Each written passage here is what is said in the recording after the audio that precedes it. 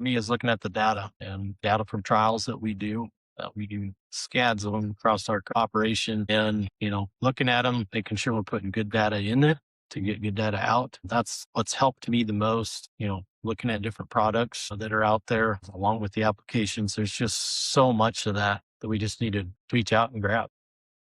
Let me follow up with a question. Why is data so important on Just, your farm? Like just, just for you to make yourself feel more comfortable.